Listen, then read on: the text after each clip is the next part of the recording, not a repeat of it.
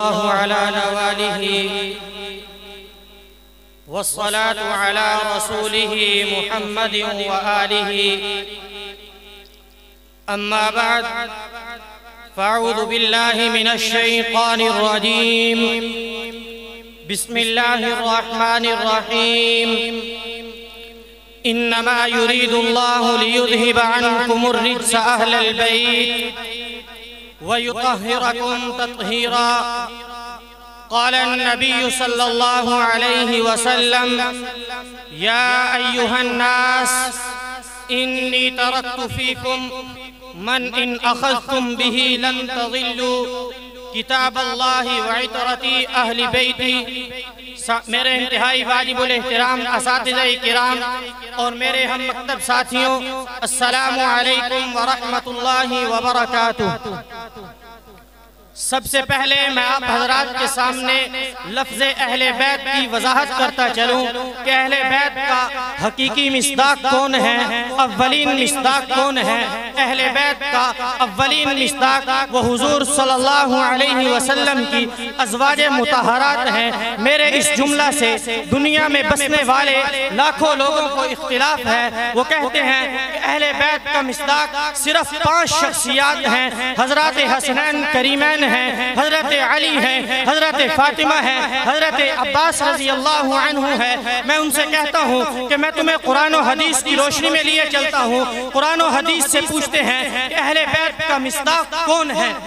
سامعین مکرم ذرا توجہ کیجئے، قرآن مجید اٹھائیے. قرآن مجید کے اندر 13 جگہوں پر اللہ رب العزت نے لفظ اہل بیت استعمال فرمایا ہے اور 13 کی 13 جگہوں پر انبیاء علیہم السلام کی ازواج مطہرات مراد ہے. آپ ذخیرہ احادیث اٹھائیے. حضرت ام سلمہ رضی اللہ عنہ فرماتی ہیں کہ جب یہ آیت مبارکہ انما یرید اللہ لیذہب عنکم الرجس اہل البیت نازل ہوئی، آپ علیہ السلام میرے حجرہ مبارک میں تشریف فرما تھے. آپ علیہ السلام نے حضرات حسنین کریمین کو بلوایا، حضرت علی کو بلوایا، حضرت فاطمہ کو بلوایا. بلانے کے بعد آپ نے اپنی رحمت والی کملی میں ان شخصیات کو لیا اور لینے کے بعد فرمایا: اے اللہ، یہ میرے اہل بیت ہیں، تو ان کو پاک کر دے. لہذا قرآن و حدیث کی روشنی میں یہ بات پتہ چلی کہ اہل بیت کا مصداق 2 قسم کے طبقے ہیں. ایک وہ جو اولین اہل بیت کا مصداق ہے وہ حضور صلی اللہ علیہ وسلم کی ازواج مطہرات ہیں. دوسرے اہل بیت کا مصداق وہ ہیں جن کو حضور صلی اللہ علیہ وسلم نے اہل بیت میں داخل کروایا، وہ یہ حضرات ہیں. میں بات کو دوسرے پہلو کی طرف لیے چلتا ہوں. اہل بیت کے فضائل نبی علیہ السلام نے فرمایا: الا ان مثل اہل بیتی فیکم سفینۃ نوح من رکبها نجا من تخلف عنها ہلاک. نبی علیہ السلام نے فرمایا: یا ایھا الناس انی ترکت فیکم من ان اخذتم به لن تضلوا کتاب اللہ وعطرتی اہل بیتی. آپ علیہ السلام نے جہاں اہل بیت کے مجموعی فضائل کو بیان فرمایا ہے، وہیں پر آپ نے فردن اہل بیت کے فضائل کو بھی بیان فرمایا ہے. نبی علیہ السلام نے فرمایا: یا عائش ھذا جبرائیل یقرئک السلام. قالت وعلیہ السلام ورحمۃ اللہ وبرکاتہ. قال النبی صلی اللہ علیہ وسلم لعلی انت منی وانا منک. حضرت عمر رضی اللہ عنہ فرماتے ہیں کہ حضور صلی اللہ علیہ وسلم کا جب انتقال ہوا تو حضور صلی اللہ علیہ وسلم حضرت علی رضی اللہ عنہ سے راضی تھے.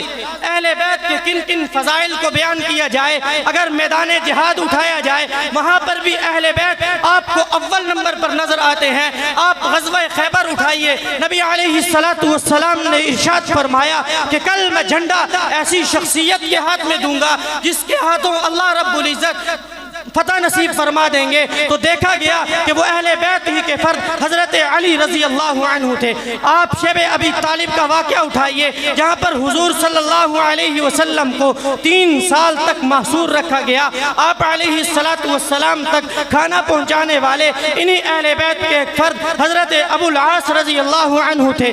جب فتح مکہ ہوتا ہے، حضرت نبی علیہ السلام فاتحانہ انداز میں مکہ میں داخل ہوتے ہیں تو آپ علیہ السلام والسلام جب بیت اللہ میں جاتے ہیں تو بیت اللہ کے اندر بتوں کے ٹکڑے کرنے والے وہ اہل بیت ہی کے فرد حضرت ابو العاص کے بیٹے حضرت علی رضی اللہ عنہ ہیں۔ سامعین مکرم ذرا توجہ کیجئے، آخر میں اہل بیت میں سے ان دو شخصیات کا تذکرہ کرنا بھی میں لازمی اور ضروری سمجھتا ہوں جن کے بغیر اہل بیت کا مصداق پورا ہی نہیں ہوتا، جن سے حضور صلی اللہ علیہ وسلم کو سب سے زیادہ محبت تھی۔ آپ سے پوچھا گیا کہ آپ کو سب سے زیادہ محبت کس سے ہے؟ فرمایا کہ حضرت حسن و حسین سے مجھے سب سے زیادہ محبت ہے۔ نبی علیہ السلام نے فرمایا ہما ریحانی من الدنیا، نبی علیہ السلام نے فرمایا سیدہ شباب اہل الجنہ۔ پھر میں کیوں نہ کہوں خودی کو کر